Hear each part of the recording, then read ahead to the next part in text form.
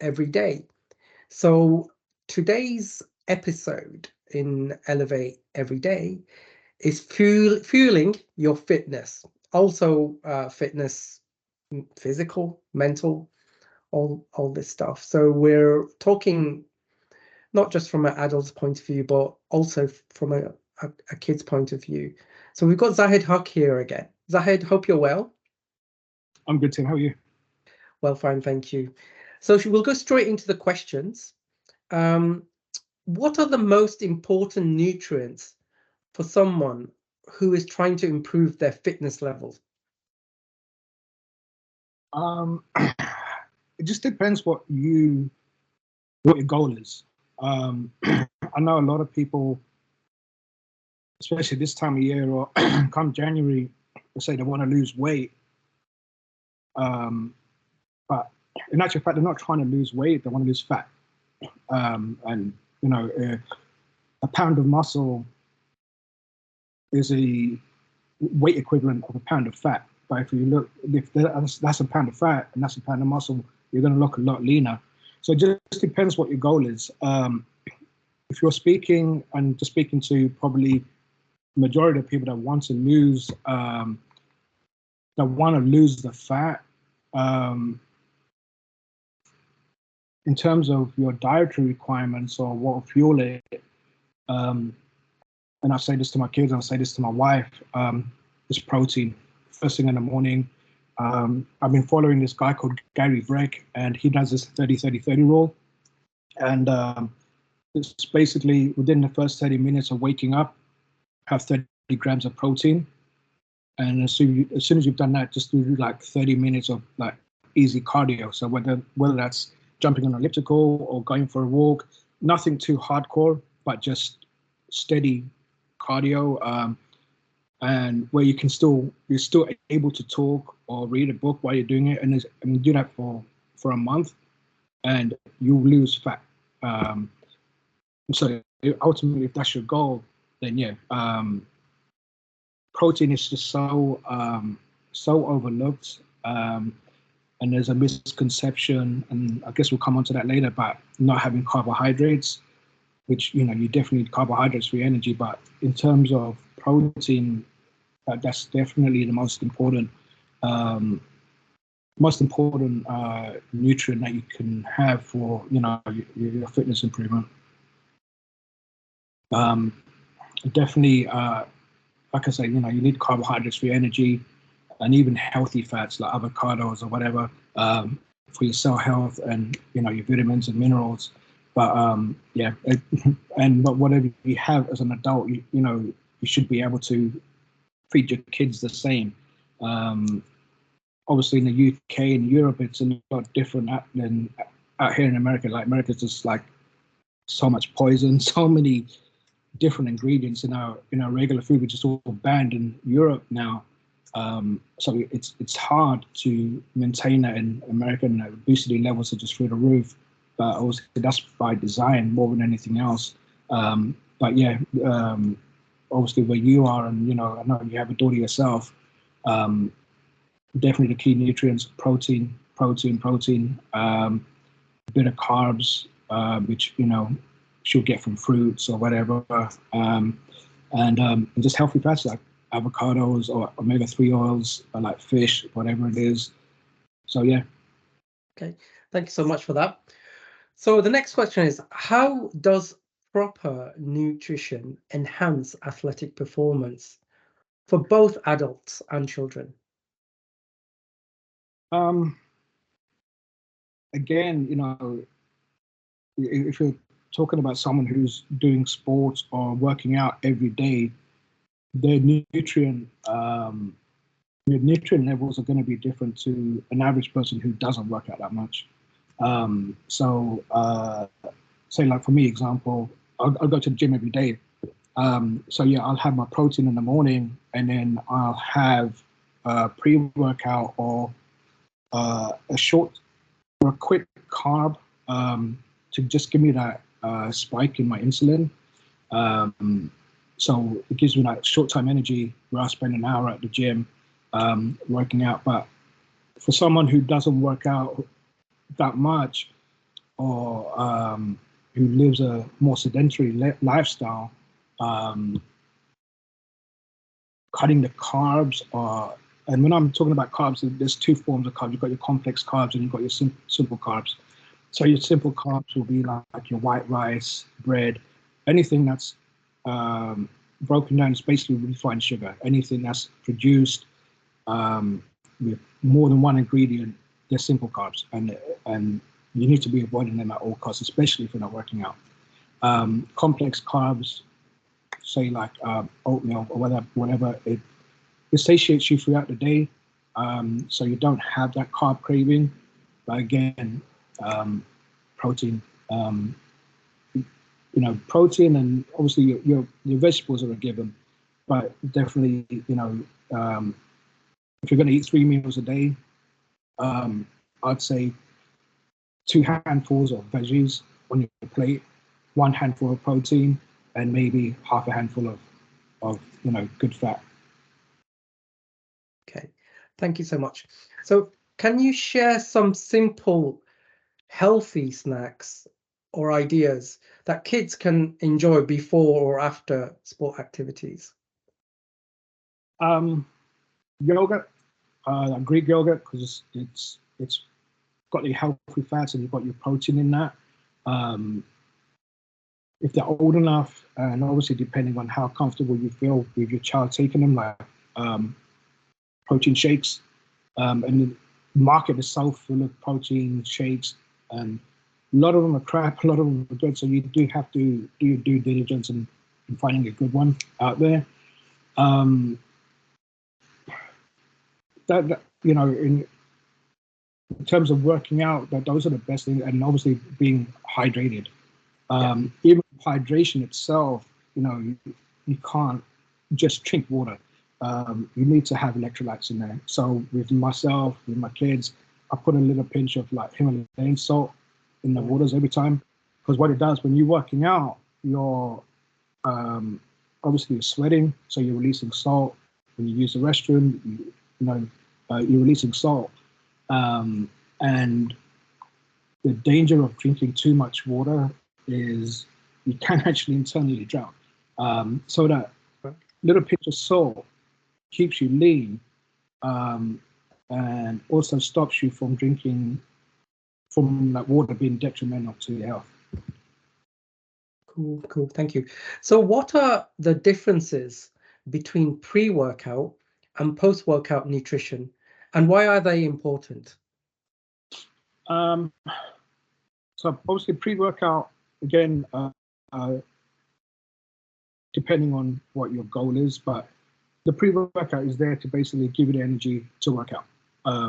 So as you're working out and your body needs that fuel, that pre-workout is there to give you that short-term fuel, whether it's for an hour, whether it's for, playing football for 90 minutes or whatever it is. That's why the pre-workout is important. Again, getting a good quality pre-workout, you can get them in supplement forms, but you do have to get good quality ones. But even you want to go more natural, maybe a banana or an orange, which it has fructose in it, but it's the good type of sugar as opposed to bad energy bars, which are just full of like all types of crap ingredients that you don't really want. Personally, again, because of the work that I do rely a lot on BCAAs, which are branch chain amino acids. Right. And so for an adult, I wouldn't recommend this for children unless they really like they're playing on a school team or a club team or whatever. But with the BCAAs, they include your leucine, isoleucine, and valine, and basically amino acids, and they're essential to the body because our bodies can't synthesize them, and so you do have to get them from dietary sources. Basically, the body requires a balanced spectrum of amino acids, which again, like I say, is obtainable from a well-rounded diet. So generally, you get them from supplements, but you can get them from protein-rich food like meat, eggs, legumes, which are probably better for kids rather than going down the supplement route. But then with the BCAAs, I drink them during my workout. So again, I'm not sure what kind of sports your daughter does, but generally, your kids, and obviously in Europe, in England, playing football, have to get some sort of BCAAs or some sort of intra workout that's going to help them go for another 45 minutes or whatever it is. And on the flip side of that, the post workouts just as important. For me, I take creatine and creatine monohydrate, and it's critical for post workout because it does help you recover a lot more and a lot quicker. Also, it supports your gains in muscle mass and strength. Again, I wouldn't recommend it for for anyone who's a minor or under the age of 18, but definitely above that, 2 to 5 grams of creatine monohydrate, it's essential. Okay, thank you so much. So how can parents encourage their children to make healthier food choices, especially for improving fitness? Ultimately, the parents need to lead by example. Yeah. It's easier to tell someone to do something if they're not doing it themselves. Then we're role models for our kids. So if we're doing something ourselves, then the kids are going to follow. There have been times when I've eaten junk food or whatever, and I've gone through bad diets, and I've told my kids, don't eat it. Well, you do it. So I'm like, okay, all right. So I need to change the way I am. So obviously that's one way. Second thing is just don't buy the stuff. Don't have it in your house. True. If you make it difficult for them to obtain, they're not going to obtain it. And with kids, especially nowadays, they're so inquisitive, and they ask why. Whereas obviously our generation, we just listened to our parents and that was it. If we explain to them whatever they do today, they're investing in the future. And obviously, it's intangible. They don't see it. They don't see their bodies in the future. But like my kids, I show my mum, for an example, the health issues that he's going through, and that's a tangible example for them. And if they learn what they do today, they're going to, the repercussions will be in the future. So obviously, if they're looking after themselves today, in the future, they're not going to have to go through all these health issues or go on 3 different types of blood pressure medicines or whatever. Yeah. It's no joke. And so they need to realize the importance of that. Cool. Thank you. So following on from early on, what is the role of hydration in fitness? How much water should kids and adults be drinking to stay properly hydrated during exercise? When you're doing it, how much should we have? I know the kind of like the general rule out there is like 5 cups of water. Like, I'm not sure the translation into ounces or whatever, but I know for adults it's about 17 to 20 ounces of water, at least 2 hours before exercise. But generally, like 5 cups of water a day, and instead of going for them sugary drinks, which make you more dehydrated, and obviously, it can lead to diabetes and so forth. I would say like 5 to 8 cups of water, again, with a pinch of salt, especially if the kids are active. They need to have electrolytes. I know you've got Gatorade out there and everything else, but they're so full of other ingredients. It's detrimental. But they're good. I'm not sure about England, but I know they're a good electrolyte powders that you can get out here. Yeah, but the simple form is just like I said, a pinch of Himalayan salt in the water, and your taste buds will get used to it. But yeah, between 5 to 8 cups of water for sure. Fantastic.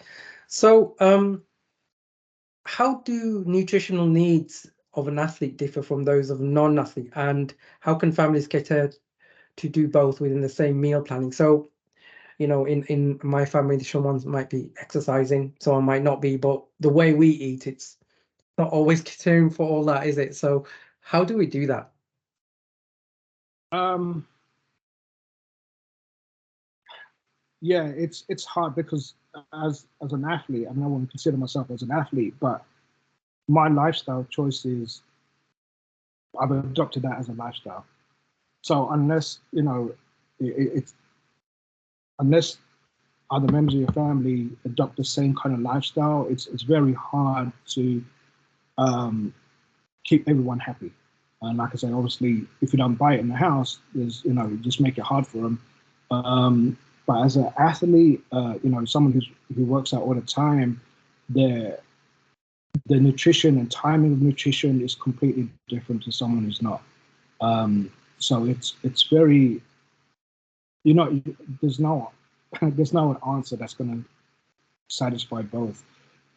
It just basically it's horses for courses, and it's just one of the things. Like whoever's, if you've chosen that lifestyle, you might be the only one in your family that has chosen that lifestyle. You're just going to have to eat differently to the rest of the family, and your timing is going to be different, and you just got to be strict with it.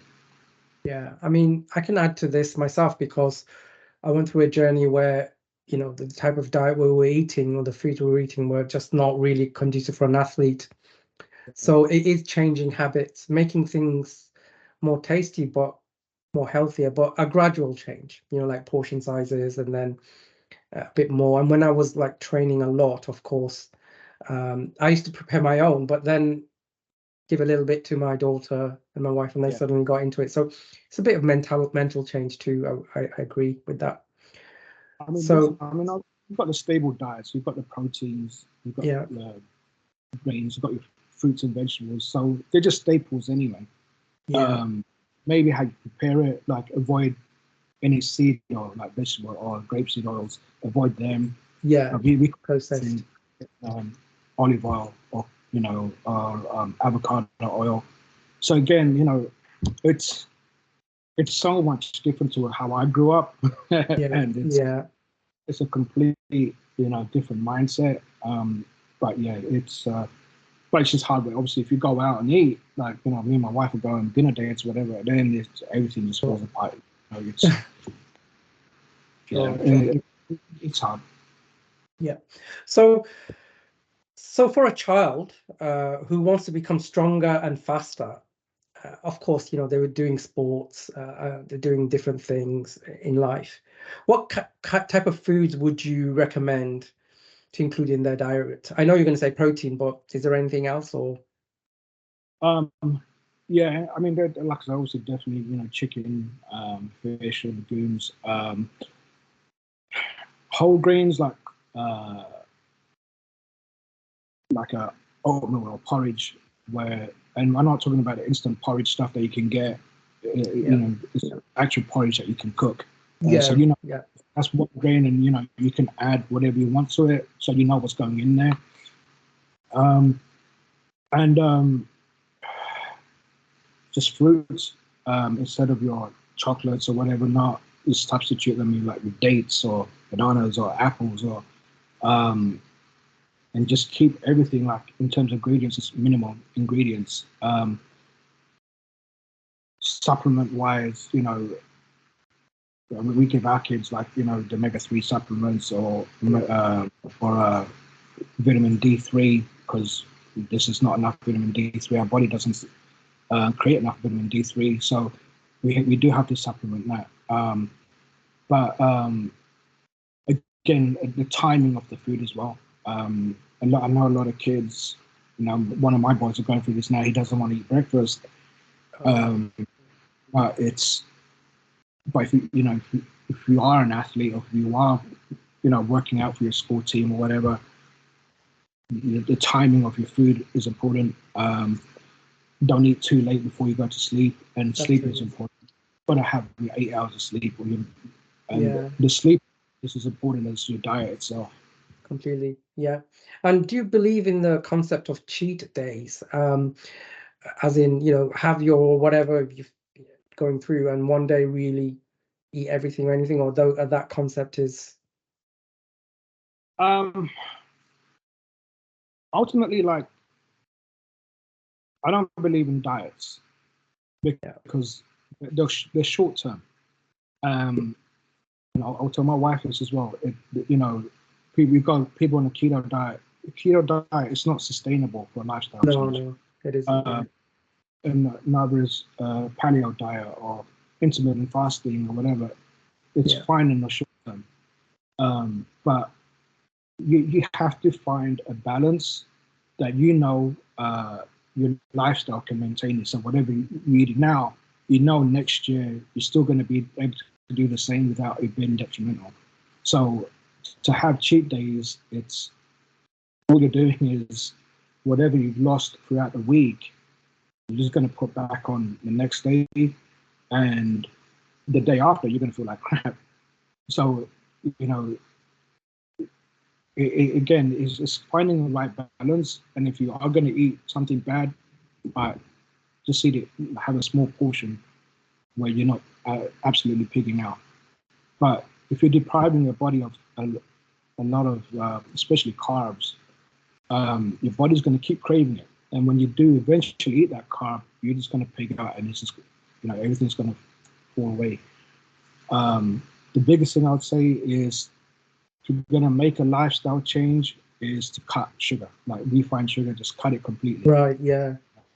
Because when you work out, your body burns energy, and the first energy source to go to is glucose. And if you have sugar in the body,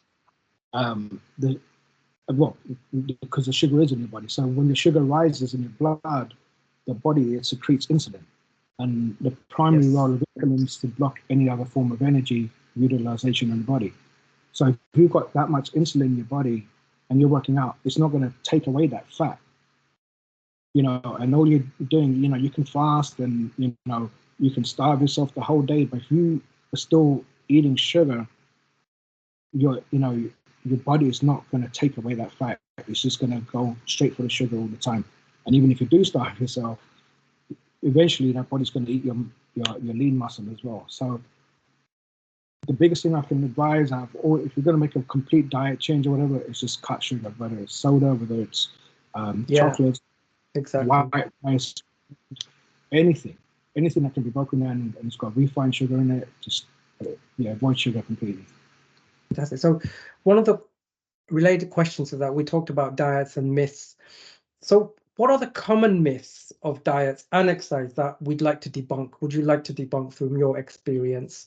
Carbs aren't bad. It just depends what type of. And for sure, obviously, we've got the same cultural background, and it's white rice, basmati rice, whatever, and it's the worst thing that we could be eating. White rice, We see, we see in Asian culture, the stomachs, the blood pressure, and it's just like, but you go for complex carbs again, like real porridge or oatmeal. Also got vegetables, which are a form of carb, or even potatoes, but obviously depending on how you cook the potatoes, so much better than rice. But carbs aren't bad. It's just what type of carb you eat and when you eat it. And other than that, like I think that's the biggest myth out there, that carbs are bad for you. They're not. And fat, you see yogurts out there, whatever, 0% fat, whatever. Fats aren't bad. It just depends what kind of fat you eat. But it's the sugar. The sugar is a lot worse than fat.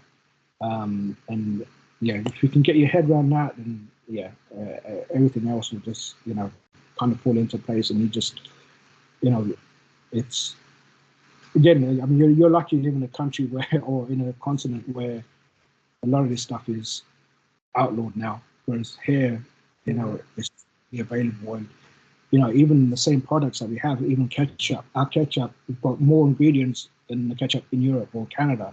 It's so much harder out here. I mean, with me, in terms of myths, like diets are boring or exercise boring, whatever. So I try to make the fun into each of those. I mean, whether it's exercise with myself, I try to do elements where I can get my daughter involved with myself in terms of badminton or computer games where you can just use your hands and everything, or dancing or whatever. But also the food, kind of related to that. Before I used to eat everything and anything, plates of this, plates of that. My mom used to cook. I love it, still do. But first I did with portion size, and then I looked at more about the foods and the myths. I looked beyond the fact that, I looked more about processed foods. What are they?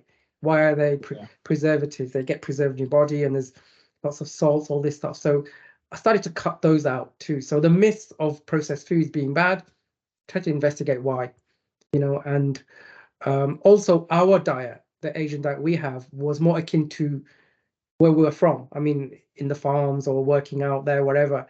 So here, it was really about adapting to that. So my lesson, losing my weight, was to make things interesting and fun. Don't make it boring.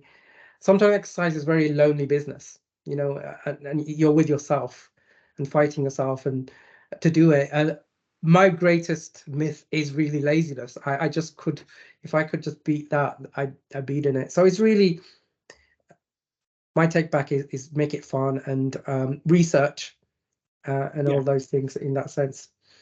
So Well, okay, okay. Sorry, carry on. I'm back to that. I mean, obviously, like our parents, they grew up in Bangladesh, and all the countries that supposedly are third world countries, the diets and the quality of food is a lot better than the Western society, because they're not adding preservatives. No preservative, no processed. Yeah. They're not GM modified or anything else like that. Yeah, exactly. And not to go down the religious aspect that much, but if you look at Muslims and even hardcore Christians, it's you look at halal food, our chickens or our meat is completely different to what you find in a typical grocery store, because they're not allowed to be full of antibiotics or anything else like that.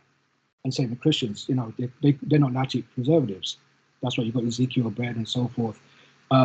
So them countries that, like I said, are supposed to be third world countries, actually have a better quality of food than we have. And even going back to exercising, you do have to make it fun. But again, it's what motivates you. Like for me, every day, I'm a natural competitive person. Yeah. But my biggest opponent is myself. And that's actually my mindset. So every time I look in the mirror, he's my biggest opponent. So if I feel lazy, or if I fall off whatever diet, or if I do something that is detrimental to me, I've let my opponent win, which is myself. So that's why I go as hard as I do at the gym or whatever it is. It's, and you can't control your environment, but you can control yourself, and you can control your mindset. It's just taking up that challenge and just taking up your mind, just beating yourself. Cool. So a sort of final question here, and this is quite probably it's an interesting question for many people. Could you give us an example of a weekly meal plan that balances the dietary needs of both children and adults who are looking to elevate their fitness levels? Yeah. Again, going back to just it's got to be balanced, and include a lot of proteins, healthy carbs, healthy fats, a lot of fruits, a lot of vegetables. Especially kids. Kids should not be going to school without breakfast. Even if they have to. Completely right. Yeah. It's and I know whether it's out of laziness or whether it's obviously kids. They say around our kids' age, they have the peer pressure of weight and so forth, and they don't understand that it's kind of like puppy fat will eventually leave. So they think by starving themselves or going through that anorexia route or whatever it is, it's detrimental. It's but getting a healthy breakfast, not these cereals that are full of sugar and everything else. No, completely. a protein or oatmeal in the morning. And like I say, as parents, we're the example for our kids. So, if we're not eating crap food and we're not making it available for the kids, then they just have to follow what we eat. And what they do outside of the house, it's on them, but at least we're not contributing to their downfall. Yeah. I mean, on a personal level, when I was going through my weight loss, what I did, I had rolled oats in the morning. It's just completely natural oats. Just soaked it in the fridge the night before with milk, and then had it in the morning. And then, of course, did a little bit of work, but I went for a little bit of a run, and that run depends. It got more intense with time, but after I came back, I'm always really hungry, but not hungry in a crazy way, but just hungry. So I used to have my tuna or salads or something like that for lunch. I didn't go crazy. And I used to snack a lot. So I kind of moved those snacks away. So gradually, before it was crisp, this, that, whatever. But I moved all those snacks away. And my mind in terms of food was the evening meal, because my wife cooked it or my mom cooked it, whatever. So what I did, I had this in my mental ethos that I'm going to get this evening meal. But when I got to that evening meal, I made sure that was portion size, that I made it a plate. Before it was a massive plate, it was a small plate. So I started to get rid of the portions and started to work on that. And my stomach kind of shrunk after a while, and I couldn't eat much more.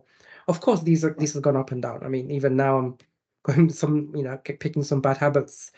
And as you said, majority of the issue is the battle is within self.